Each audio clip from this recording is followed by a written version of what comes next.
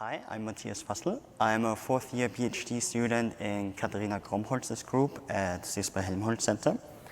Together with my colleagues from Umeå Universitet and TU Wien, we investigated security perceptions of anti-stalkerware apps and compared them with the app's actual abilities. So, users face a problem of choice. When you search for anti-stalkerware on the Google PlayStore, you find at least 147 different apps with 50,000 downloads or more. So users have to decide somehow which fulfills their security requirements. But we also know that on Android, what apps can see about other apps' behavior is very limited.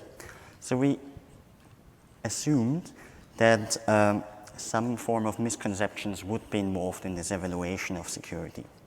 We wanted to investigate these misconceptions to maybe improve decision support and help users choose secure apps.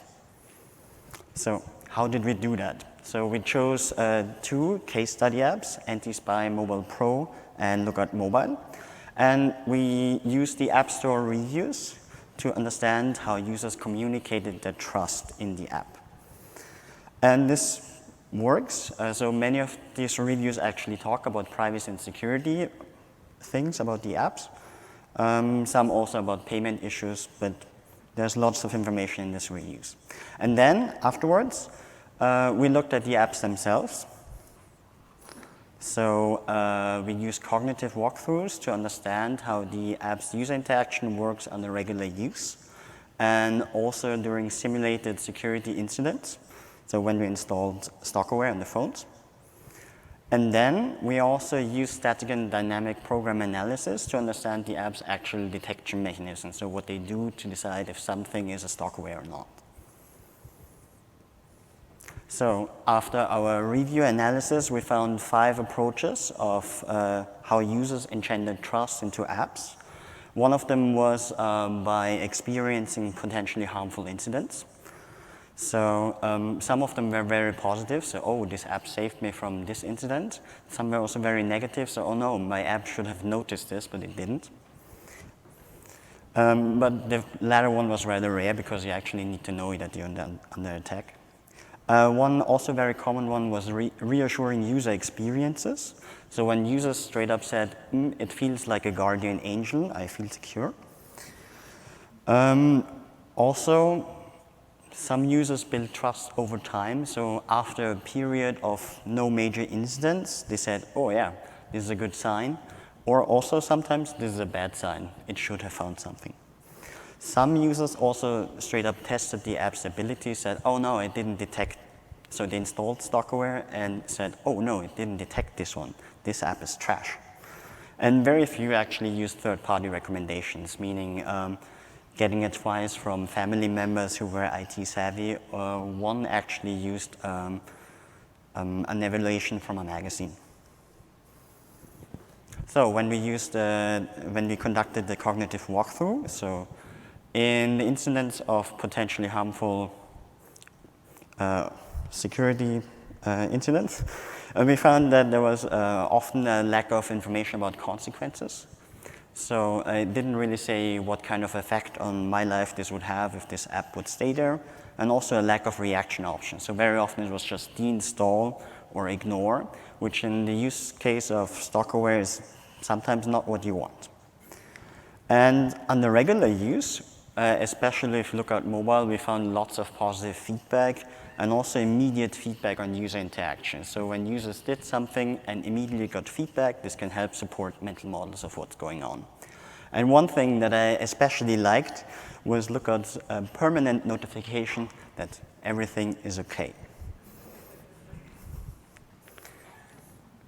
And during our static and dynamic program analysis, we found how they actually detected these stalkerware apps, and Anti-Spy Mobile Pro used a package-based block list approach, which is a faulty approach since on Android you can just decide which package name you want to use.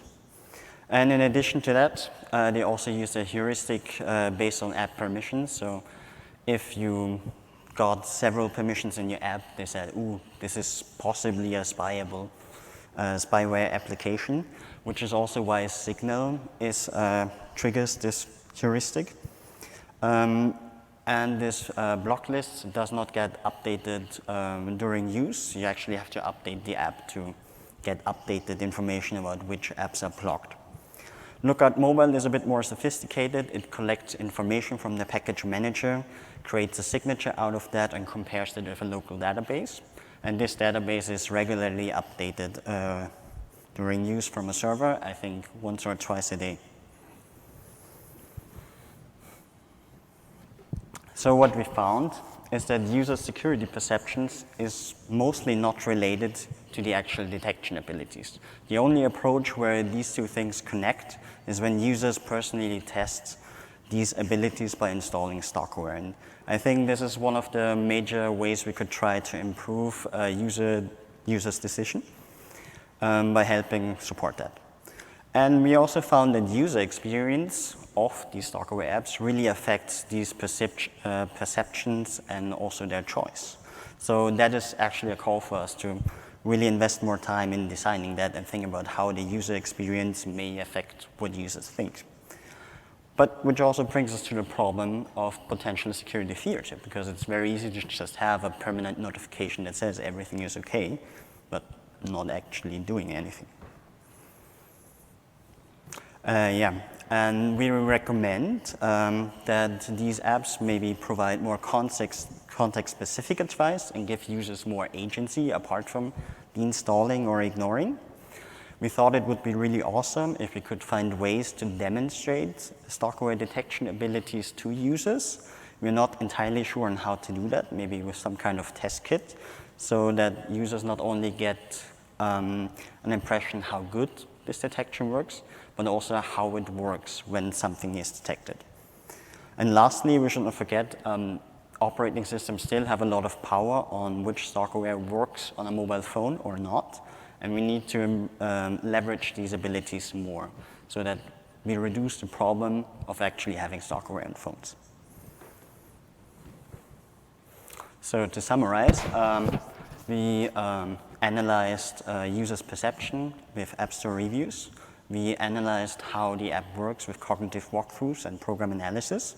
And we hope that our findings help decision support, that we in future maybe design better secure experiences, and also call for better operating system limitations for Stalkerware. So yeah, check out our full paper. There's a link. You can find me also on the hallway later if you want to talk, and I would be open to questions.